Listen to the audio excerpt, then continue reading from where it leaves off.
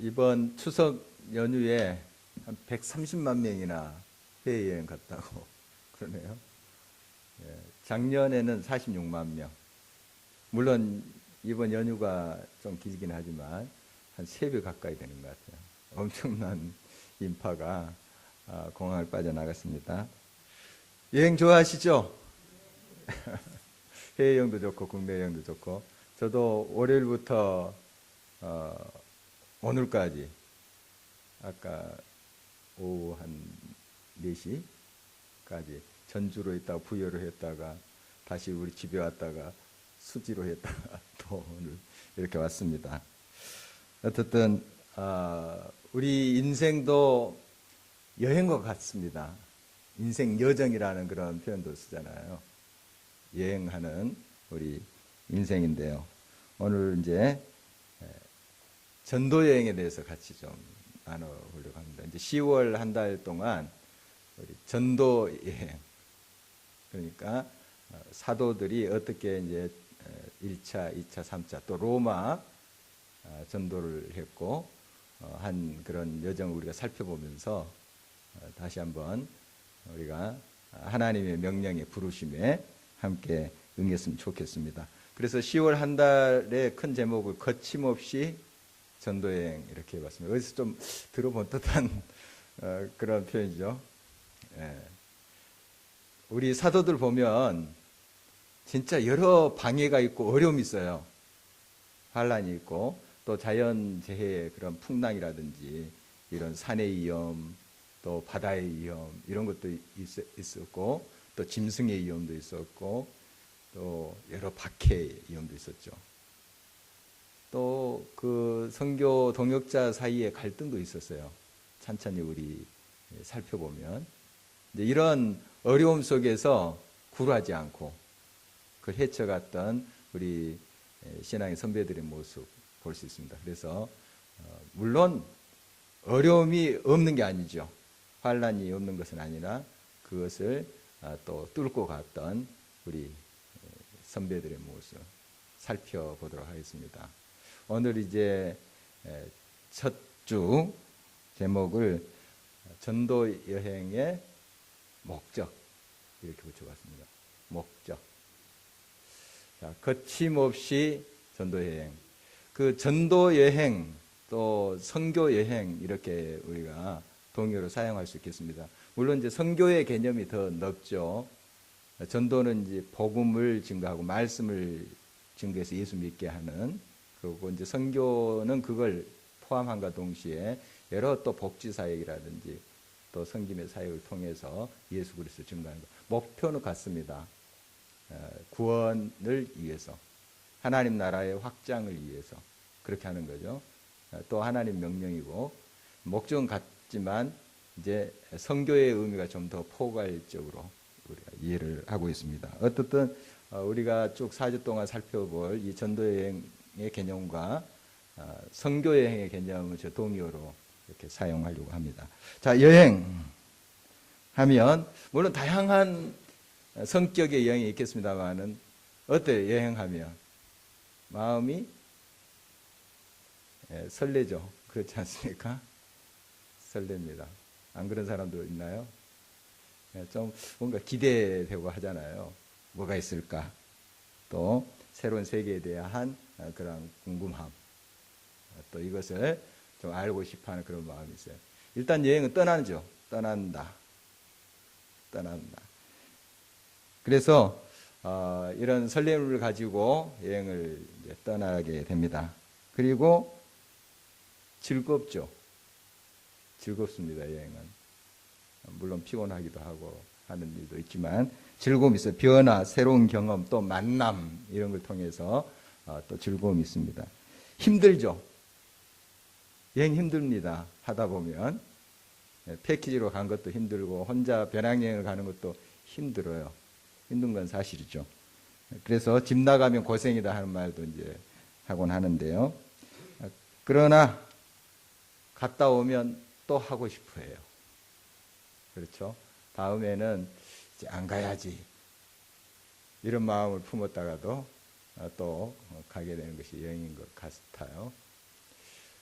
제가 이제 영국에 있을 때 방학하게 되면 여행을 많이 다녔어요. 우리 가족이 같이 갔거든요. 이렇게 남자애들 둘인데 많이 돌아다녔어요. 그 텐트 가지고 텐트. 거기 이제 그거 차에다 싣고 가면 싸거든요. 캠프장에 가면 일반 이제 숙소는 좀 비싸지만 텐트 치고 하는 건 아주 싸게 그렇게 할 수 있어요. 그래서 여행을 많이 다녔는데 진짜 힘들어요. 힘든데 또 나중에 또 가요. 그리고 여행을 하다 보면 조금 이제 신경이 날카로워졌어요. 제가 이제 운전을 주로 하고 옆에서 이제 그 당시에는 내비게이션이 없었는데 지도를 보죠. 지도에 잘 나와 있어요. 옆에서 지도 잘못 가르쳐줬다 또 신경이 되고 다시는 이제 같이 안 간다 하다가도 한두 달 지나면 또 갈까 이런 것이 여행입니다. 여행은 또 가고 싶어 하는 건데 오늘 전도 여행 일반 여행하고는 좀 성격이 다릅니다만은 그래도 여행이라는 그런 면에서 좀 많이 우리가 공감하는 일반 여행과 이렇게 닮은 점이 있습니다. 참 힘들죠. 힘들지만은 가고 싶어요. 우리가 국내 여행도 하고 국내 전도도 하고 라오스 전도 여행도 하고 하잖아요. 우리 이제 청년부 중심으로 하는데 청년부 벌써 준비해요.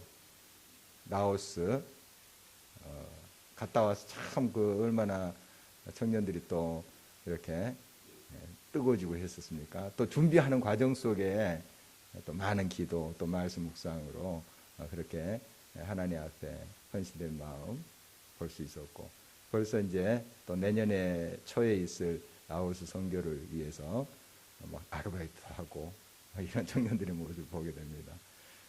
갈 때는 참 여러 두려움도 있을 수 있고 또 일할 때 사역할 때 어려움도 있을 수 있으나 또 그것에 보람을 느끼게 되고 또 다시 가고 싶다 하는 그런 것이 이런 전도여행 또 선교여행이 아닐까 싶습니다.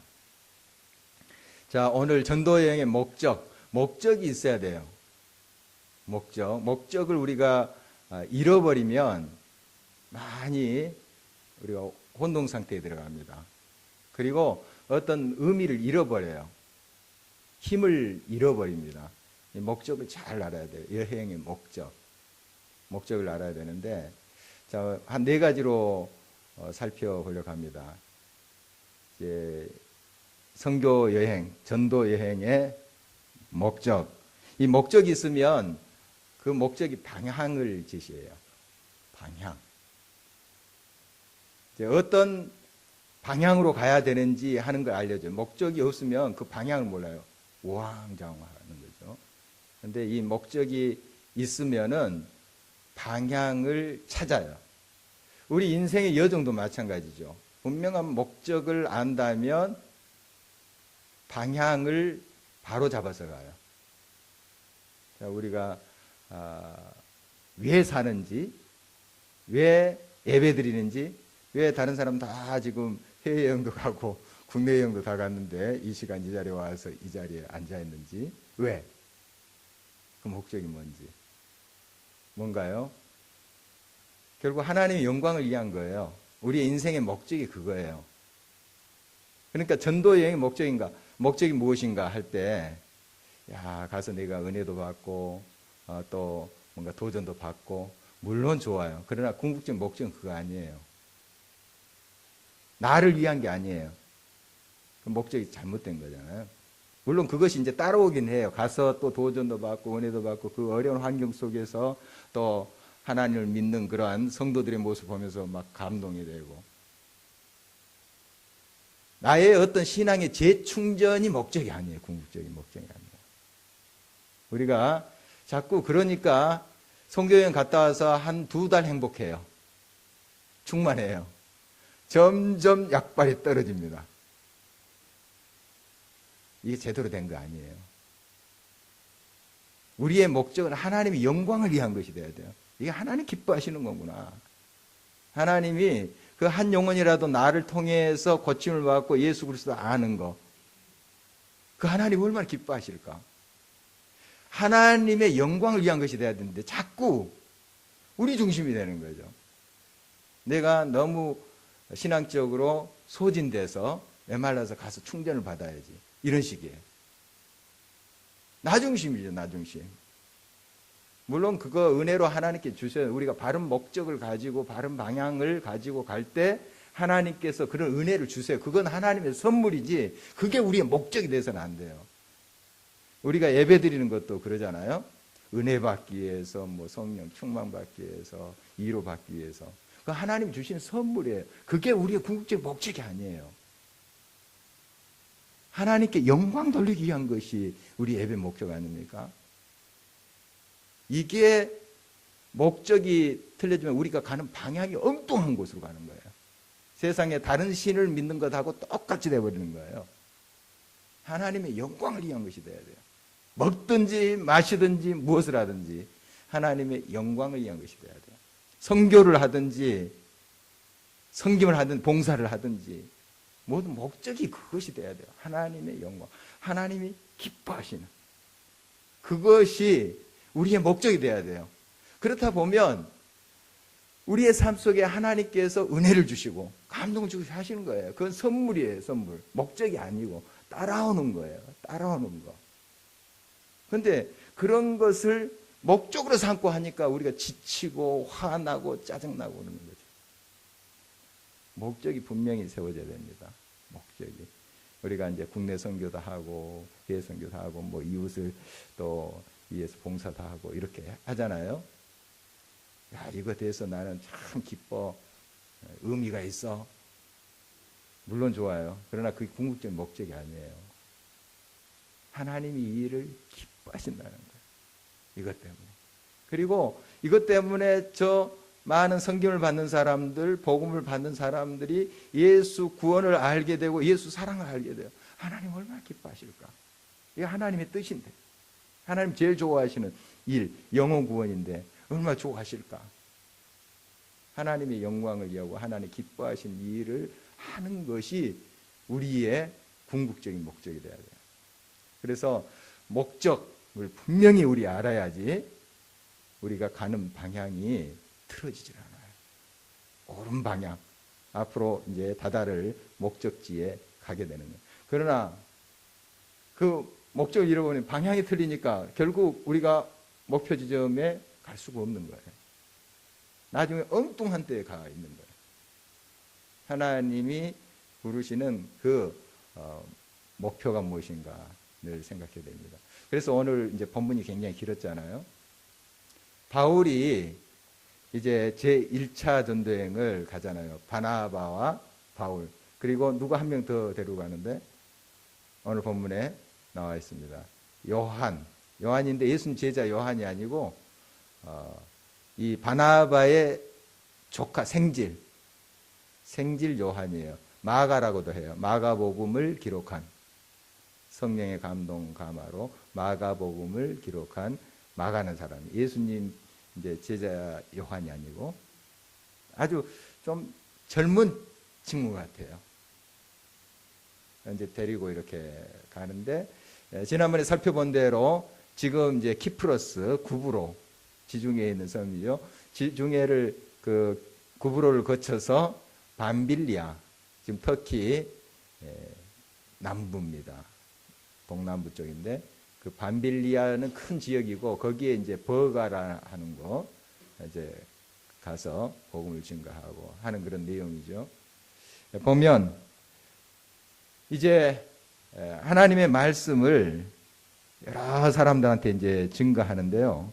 그 내용이 뭐냐 하면 방금 읽었지만 이스라엘의 역사를 쭉 이야기하는 거예요. 이스라엘 아브라함 이후에 애굽에서 400여 년 살았잖아요. 그 다음에 출애굽이 있죠. 출애굽해서 가나안 땅에 들어가서 또 살고 그 다음에 이제 다윗 이야기 하잖아요. 다윗 이야기. 그리고 다윗이 이제 또 고백하고 또 다윗의 후손에서 메시아가 난다 이렇게 이스라엘 사람 생각했어요. 다윗의 후손. 그래서 이제 이 다윗과 메시아의 관계에 대해서 쭉 이야기하는데, 육신의 혈통으로는 다윗의 후손이지만, 그러나 그 다윗과 메시아의 차등성을 이야기해요. 혈통으로는 다윗으로부터 났지만 그러나 메시아는 주님이시다 하는 거죠. 그런 것을 쭉 오늘 이제 말씀을 통해서 이야기를 해요. 하면서 결국 어떤 이야기를 하는가 하면, 바로 다윗의 혈통에서 나는 그 메시아 예수님이 다윗의 혈통에 났잖아요. 그 나사렛 예수가 우리 주님이시다. 그동안 우리가 고대해왔고 바랐던 그런 메시아다 하는 걸 증언하는 거예요.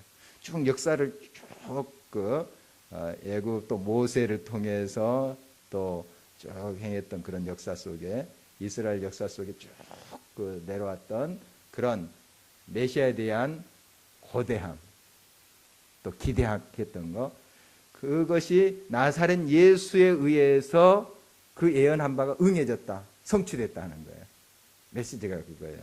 그래서 그분이 우리를 위해서 죽으시고 다시 사셨다. 십자가 부활을 증거하고 있는 거예요.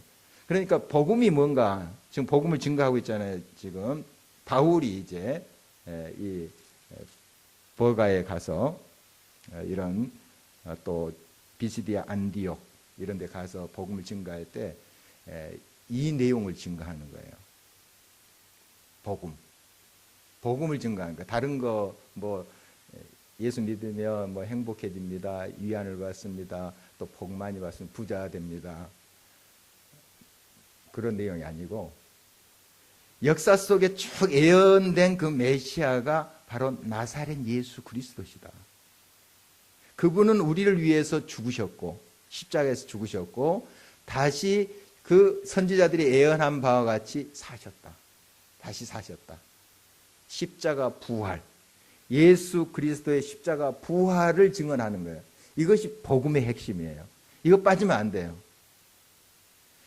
사도행전 2장에 보면 베드로의 설교가 나와요. 여러 사람들 앞에서 설교하잖아요, 베드로가. 그래서 그 사람 뱃사람이에요, 원래. 잘 학문적으로 배우지 못한 사람이죠. 학교도 제대로 못 다닌 사람이에요. 이제 예루살렘에서 이 설교를 한 건데, 6월절 절기가 돼서 사람들이 막 몰려왔잖아요. 예루살렘에 몰려왔는데 그 베드로의 동향인들이 와 있었나 봐요. 베드로를 아는 사람들이. 그래서 베드로가 쭉 이렇게 설교를 하는데 다 놀랐어요. 저 사람 고기잡이 어부가 아니냐, 무식한 사람 아니냐. 그런데 그의 입으로 나오는 메시지들이 막 굉장한 말씀이거든요. 성령이 충만한 가운데 지금 베드로가 설교할 때. 그래서 하루에 뭐 3,000명이나 예수를 믿게 됐다 하는 기록을 우리가 볼 수 있는데, 이때 베드로의 설교 보면은 오늘 우리가 본문에 읽은 바울의 설교 내용하고 비슷해요. 이스라엘 역사를 쭉 이야기해요. 이게 유대인들은 이 역사를 다 알고 있어요. 뭐 아브라함이 어떻고, 그 다음에 애굽에서 어떻게 살았고, 출애굽에서 어떻게 살았고, 모세가 어떻게 인도했고 다 압니다. 이스라엘 백성이면 그 역사는 뭐 수없이 이야기하니까. 6월절 뭐 다른 또 절기 때 그 역사를 이야기하는 거예요. 우리가 이러해서 지금 여기까지 왔다 하는 것을 자녀들에게 기가 닳도록 이야기해요. 기가 닳도록. 다 알고 있는 내용이에요. 지금 이 설교 내용이 유다 사람들 디아스포라로 지금 비시디아 안디옥이나 수리아 안디옥이 아니고 비시디아 지금 터키 쪽이에요. 그 다음에 버가 이런 쪽에 있는 유대인들을 지금 대상으로 하거든요. 처음 성경은 유대인들 회당을 돌아다니면서 지금 하잖아요, 안식일에. 그러니까 유대인들 거의 알아요. 또 여기 경건한 자라고 오늘 본문에 나와 있는데, 이건 이방 사람, 헬라 사람인데 유대인들의 삶을 보면서 야, 그럼 나도 저들과 함께 하고 싶다 했던 사람도 있어요. 그래서 혈통은 유대인이 아니지만 유대교로 개종한 사람들이 있었어요. 경건한 사람들이라고요. 그런 분들은 회당에 들어왔어요. 회당에 들어와서 같이 말씀도 나누고 이렇게 했었어요. 구약이겠죠, 지금. 그 말씀 나누고 했었어요. 그러니까 이 이스라엘 역사에 대해서는 그 사람들이 다 알아요. 그걸 가지고 이야기하는 거예요, 지금. 그 다음에 사도행전 7장 보면 스데반의 설교도 역시 마찬가지입니다. 그 역사 다 알고 있는 이스라엘 역사를 이야기하면서 그 역사에서 예언된 메시아, 그분이 누구신가? 바로 나사렛 출신 예수 그리스도다. 그들을 너희 조상들이, 너희 형제 자매들이 죽였고 그를 일으키셨다. 예수 그리스도의 십자가, 죽으심과 부활, 이것이 복음의 핵심이에요. 복음. 복음 기쁜 소식 아닙니까? 사형수가 곧 죽임을 당하는데 5초 후에 저기서 잠깐 왕의 하명이요 어명이요 사형 집행을 중지하시오, 이런 거예요. 얼마나 기쁜 소식이겠어요. 우리가 영원히 지옥 형벌 받을 수밖에 없는 그런 순간에 예수 그리스도가 아니요, 우리를 건져주신 거예요. 살려주신 거예요. 영원한 형벌에 빠질 수밖에 없는 우리를 살려주신 거예요. 어떻게요? 예수 그리스도의 십자가의 피로 우리 죄를 씻어주시고 부활 소망으로 영생을 약속하시고 우리를 살려주신 거예요. 그러니까 이 예수 그리스도의 십자가 부활, 이것이 가장 기쁜 소식이에요. 복음. 이거 빼고 뭐 사람의 어떤 삶의 질을 위해서 우리가 봉사하고 또 그들이 행복하게 해주고, 이건 의미 없어요, 사실. 이게 없다면, 진짜 복음이 없다면, 복음이 있는 다음에 그런 것들이 같이 가야 돼요.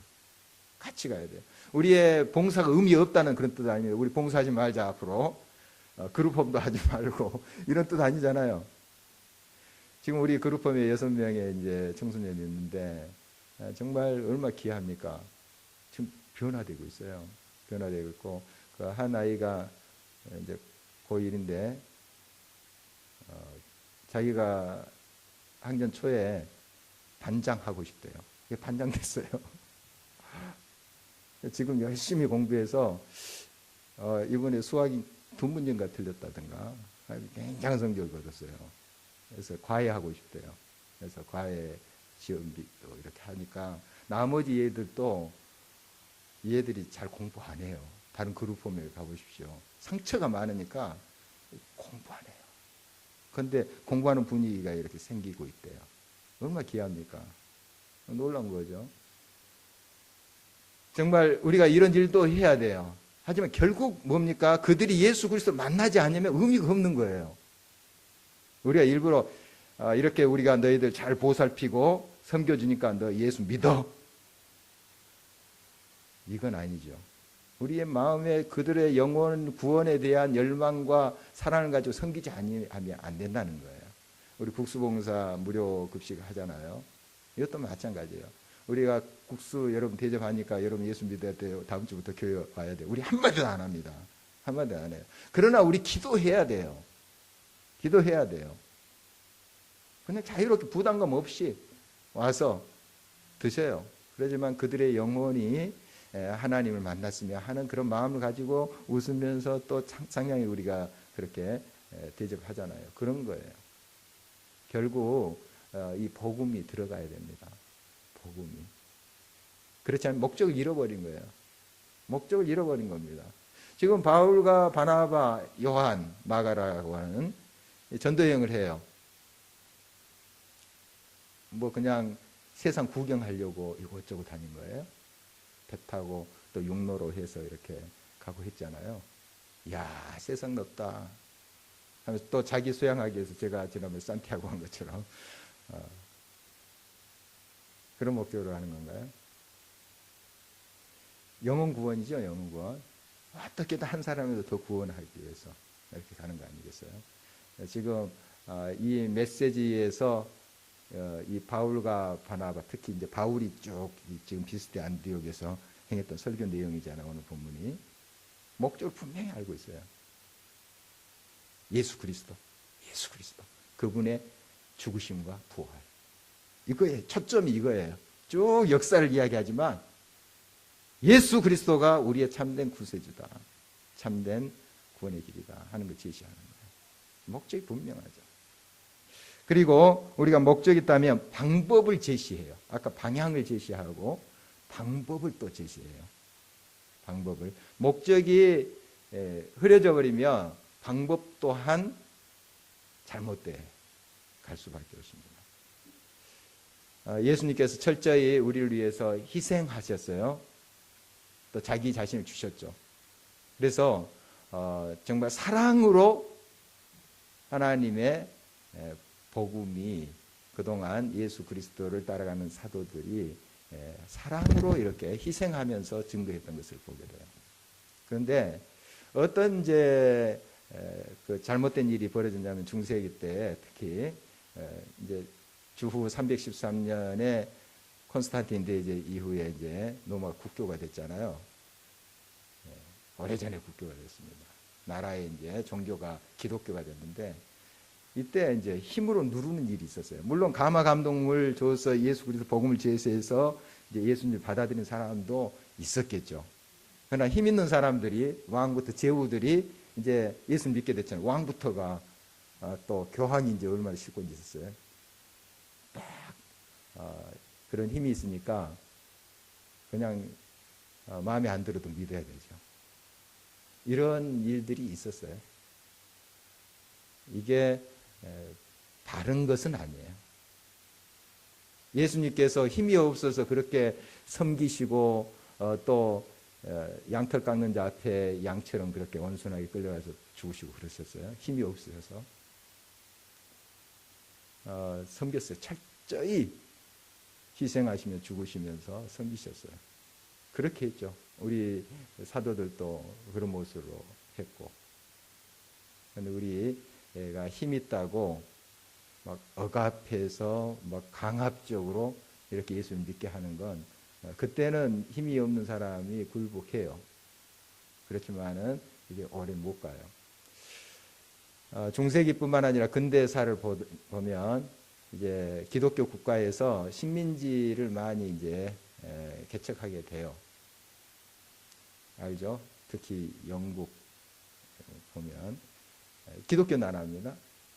또 미국도 식민지 또 많이 이렇게 차지하고 했었죠. 그래서 물론 이제 선교사님들이 순수하게 그렇게 복음을 들고 나가기도 했어요. 그러나 어떤 이제 선교사들은 선교사라는 타이틀을 가지고 이 제국주의의 앞잡이가 되는 경우가 있어요. 선교사 보면 나와 있어요. 다 나와 있어요. 좀 부끄러운 우리의 모습인데. 그래서 이제 아프리카 특히 가면 기독교 나라에서 많이 점령을 했잖아요. 식민지화 시켰잖아요. 그래서 요즘 이 서구 선교사들 아프리카 사람들이 인기 별로 없습니다. 물론 자기들이 이제 혜택을 받고 문명이 깨우침 받고 이런 이제 긍정적인 면에 또 고마움을 표시하는 사람들이 있겠죠. 그러나 진정 마음으로 환영을 하지 않습니다. 그런데 이제 한국 선교사들을 굉장히 환영한대요. 상대적으로 뭐 다 그런 건 아니죠. 한국 선교사도 또 고약한 사람이 있겠죠. 제대로 되지 않는. 그래서 사람마다 다르겠지만 전반적인 걸 이야기하는 거예요. 왜냐하면 우리는 그런 사람들 정치적으로 가서 군대 힘으로 누르고 한 적이 없어요. 그 가서 철저히 또 섬기고 함께하고 하니까 굉장히 좋아들 한다 하는 이야기를 듣습니다. 어떻든 이 목적이 분명하면 방법도 제대로 돼요. 물론 방향이 또 제대로 세워지고 방법도 하나님의 방법, 예수의 방법이 세워지죠. 그 다음에 목적을 우리가 분명하면 방부를 제공해요. 방부. 부패해지는 것, 썩어짐을 방지하는 것을 제공해줘요. 제가 이제 지난번 산티아고 순례길에서 팜플로나라는 곳에 들렀어요. 굉장하더라고요. 옛 성체가 이렇게 됐는데 고도예요. 오래된 도시. 그런데 현대 문명하고 막 이렇게 어울려졌어요. 어울려져서 아주 좀 신비한 세계에 온 것 같은 느낌이 들더라고요. 건물 자체나 모든 분위기는 그냥 중세기 그런 모습인데 그 안에 뭐 행해지는 이런 것들을 보면 또 첨단을 걷는 그런 모습이더라고요. 이 팜플로나 굉장히 유명한 이제 스페인의 도시인데요. 어떤 역사가 있냐면 이제 주 3세기 200년대 후기 그때쯤이죠. 주 3세기니까. 그러니까 313년 콘스탄틴 대제가 그 로마의 국교를 선언하기 전이에요. 거기에 이제 많은 그것뿐만 아니라 여러 지역으로 땅 끝까지를 이제 저 스페인 저쪽으로도 해석을 하기도 하거든요. 서버나 바울이 벌써 서버나에 가고 싶다. 로마를 거쳐서 그런 표현을 해요. 벌써 성경에 서버나가 나와요. 스페인. 그래서 그곳에 실제적으로 이제 성경에는 나와 있지 않는 겁니다. 이제 기독교 역사에 나오는 거죠. 벌써 많은 하나님의 사람들이 곳곳에 흩어서 복음을 증거했어요. 그러니까 로마가 국교를 선언하기 전에 이미 하나님께서 많은 역사를 베푼 거예요. 손길이. 그냥 콘스탄틴이 뭐 무슨 환상을 보고 뭐 음성을 듣고 해서 그게 우연히 된 게 아니에요. 많은 순교자가 있었어요. 순교자들이. 그 이전에 곳곳에. 벌써 이제 그 팜플로나 스페인 그쪽인데 거기에 이제 그 오네스토라는 복음 전도자가 왔어요. 벌써 와가지고 복음 증거했는데 거기에 이제 팜플로나의 그 원로원에 피르모라는 사람이 있습니다. 요즘 말하는 국회의장 뭐 이렇게 볼 수 있을까요? 어떻든 높은 지위에 있는 사람이 예수를 영접하게 된 거예요. 그 아들이 누구냐면은 페르민인데 지금 스페인에 산페르민 축제 굉장히 유명합니다. 여러분 이제 그 텔레비전에서 그거 볼 거예요. 골목길에 막 그 무슨 황소 풀어가지고 막 앞에 달려가지고 막 하는 거 있잖아요. 또 투 뭐 이런 거. 그 동네 팜플로나 그 동네. 저도 이제 거기에 이렇게 들어가서 저거 기웃거 해봤는데 바로 그 동네입니다. 여러분 본 적 있죠? 막 이 사나운 뿔 막 무섭게 달린 그런 소를 한 며칠씩 굶긴대요. 근데 요즘은 이제 그게 너무 잔인해서 24시간만 굶긴대요. 이제 덜 이제 포악한 건데 성질 사납게 만들어가지고 막 신경 건드려가지고 6마리. 그 다음에 이제 훈련된 이제 소들이 이제 군대가 있대요. 같이 이제 풀어놓은 거죠. 뭐 그게 이제 좀 이렇게 완화시키는 그런 장치인가 봐요. 그러면은 이제 하얀 옷 입고 빨간 띠, 빨간색 흥분한다잖아요. 띠 메고 그 장정들이 달려요. 한 2분 이내 달린대요. 2분 이내인데 막 받쳐 죽기도 하고 아주 위험해요. 그 동네입니다. 그 동네. 예, 산페르민 축제 때 해요. 7월 6일부터 한 일주일간 매년 해요. 한 100만 명씩 온대요. 100만 명씩. 엄청나죠. 이 페르민을 내가 이야기하려고 좀 길어졌는데요. 이 페르민은 아까 피르모의 원로원 아들이에요. 아들인데 벌써 17살 때 설교를 시작했어요. 굉장히 젊은데 성령 충만한 거죠. 그다음 24세 때 그곳에 주교가 돼요.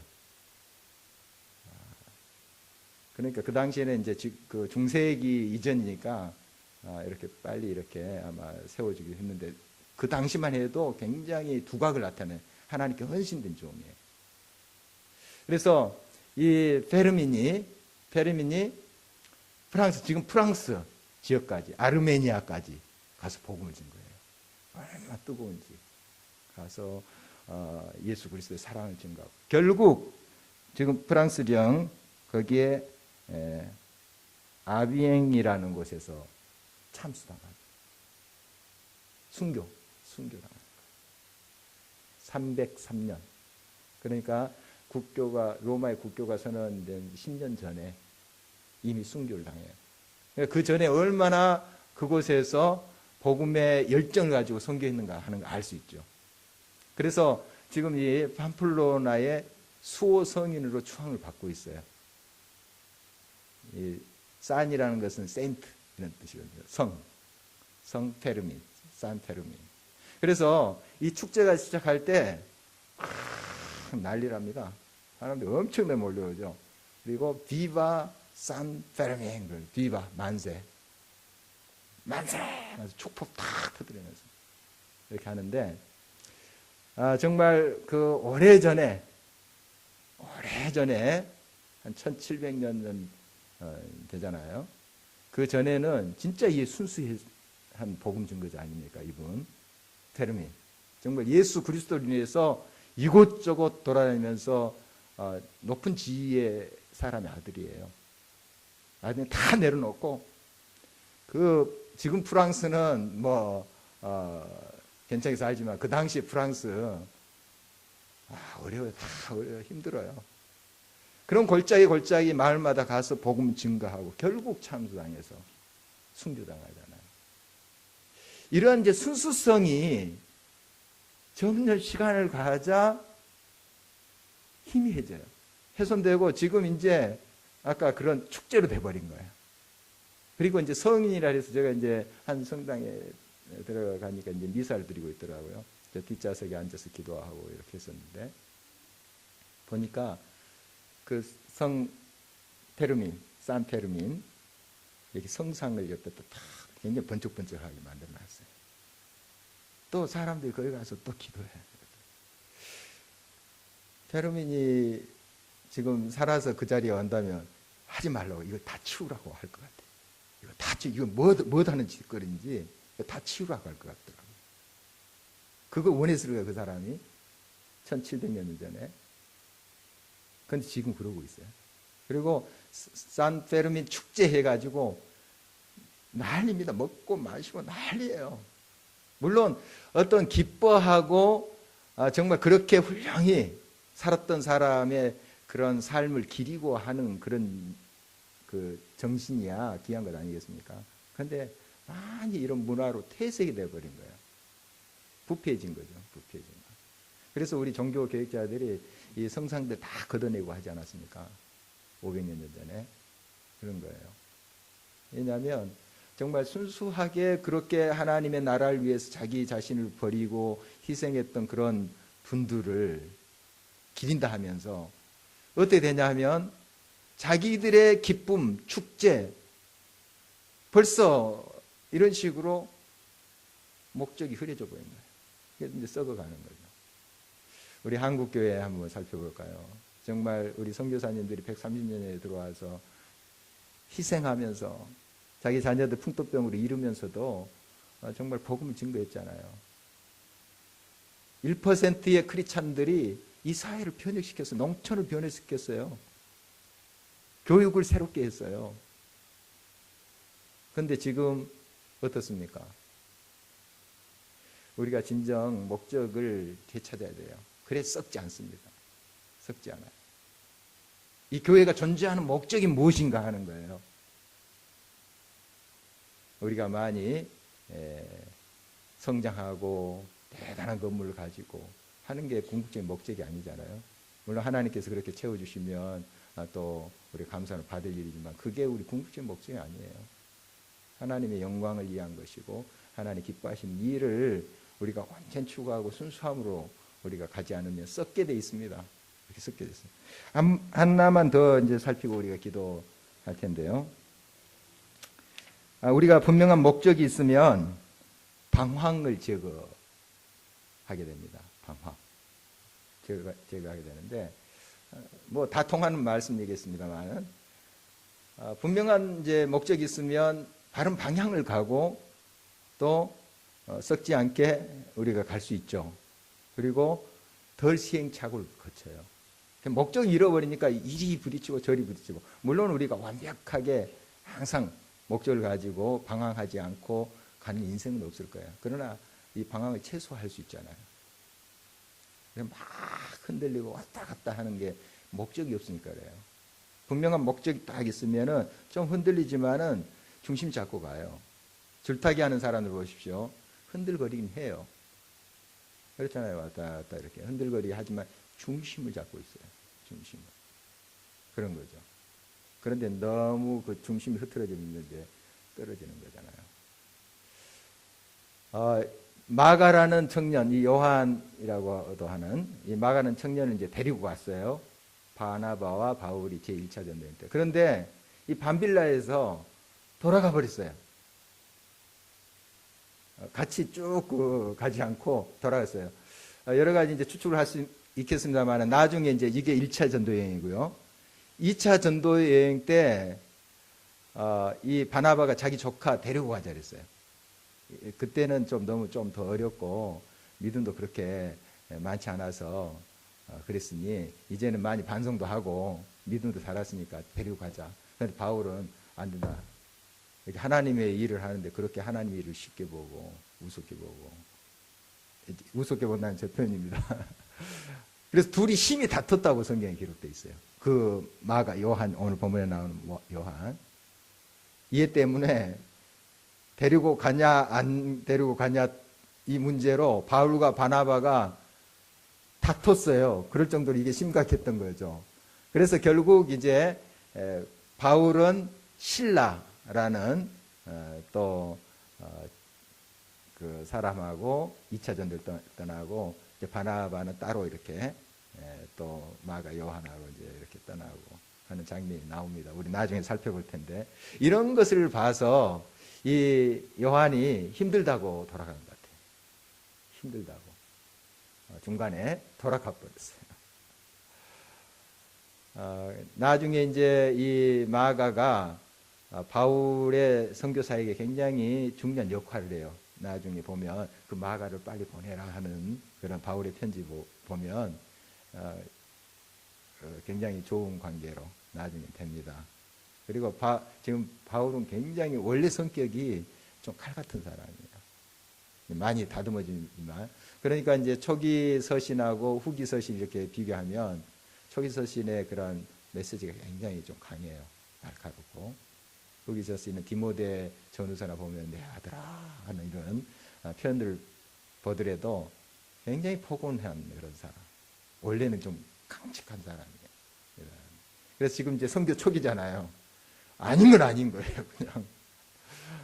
그래서 지금 마가를 이렇게 그 2차 전도 때 데려가지 말자 이렇게 주장했던 보게 되는데 어떻든 이제 마가 방황했죠.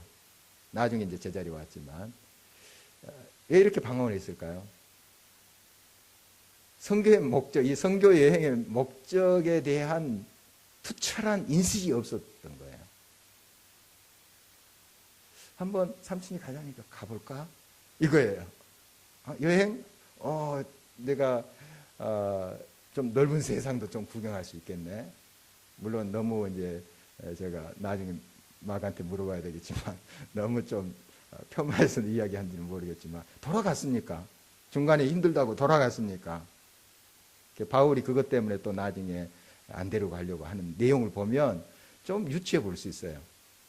그렇게 물론 힘들어요. 같이 힘들지 않겠습니까? 바울 바나바도 힘들고 그 다음에 나중에 이제 우리가 살펴본 누스드라에서는 바울이 돌에 맞아 사람들이 죽은 줄 알고 던져버리잖아요.